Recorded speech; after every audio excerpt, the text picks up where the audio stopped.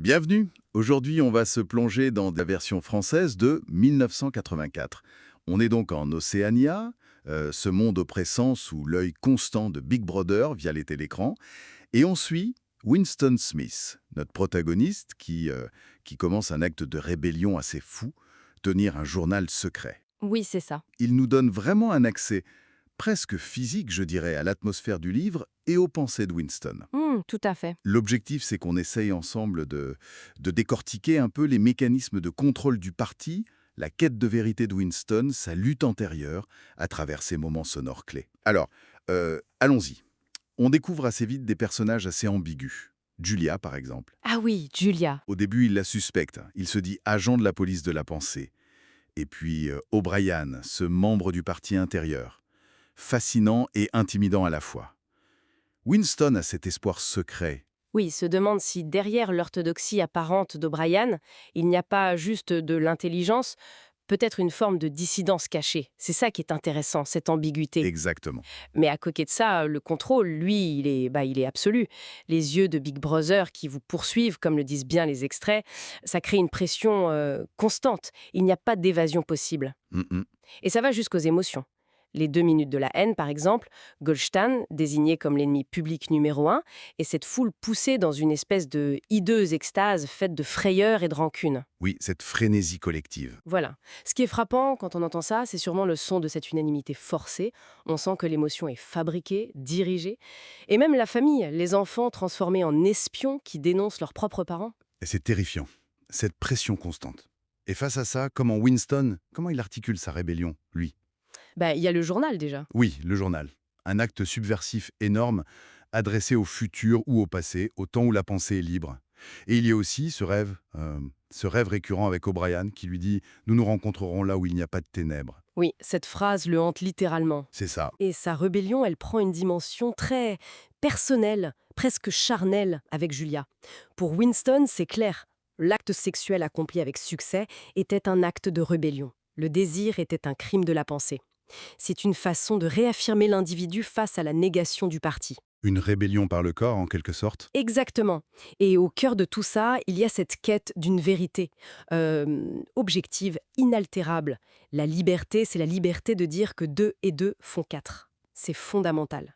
Parce que si on regarde plus largement, le parti ne contrôle pas juste le présent. Non, il contrôle aussi le passé. Voilà. En effaçant des preuves, comme la photo des révolutionnaires, en inventant de toutes pièces le camarade Ogilvy, pour maîtriser l'avenir, en fait. C'est vertigineux. Et cette quête de vérité le mène, vers O'Brien. La rencontre a lieu, ça semble confirmer ses espoirs. O'Brien lui donne le fameux livre de Goldstein. L'espoir est là, oui. Mais ça ne dure pas. Leur refuge, la chambre dessus du magasin de Mr. Sherrington, Se révèle être un piège. et Sherrington lui-même, membre de la police de la pensée. La chute est brutale. Ah oui. Et c'est là que ça devient vraiment sombre. Oui, ça mène au ministère de l'amour. Rien que le nom, c'est un exemple parfait de la double pensée, non? Le lieu de la torture appelé ministère de l'amour. C'est glaçant. Et là, O'Brien explique le but. Ce n'est pas punir, c'est convertir. Capter l'âme, rendre le cerveau parfait selon les critères du parti avant d'éliminer le corps. Il y a les 3 stades, étudier, comprendre, accepter. Étudier, comprendre, accepter. Et ça culmine dans la salle 101. Là, le but, c'est la rupture finale. Pas juste la douleur, mais confronter la personne à sa plus grande terreur pour la forcer à trahir. À trahir ce qu'elle a de plus cher. Briser l'ultime loyauté. L'idée même de personnaliser la torture à ce point, c'est abominable. Et les extraits nous amènent, même si c'est pas dit explicitement, vers l'état final de Winston.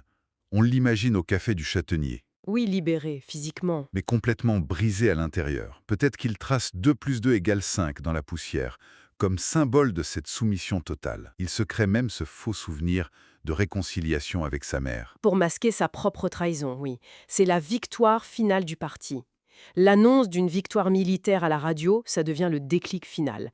Winston est vidé, puis rempli par l'amour de Big Brother. Hmm. Les dernières lignes du roman, elles résument parfaitement ce que ces extraits nous font ressentir. Il avait remporté la victoire sur lui-même, il aimait Big Brother.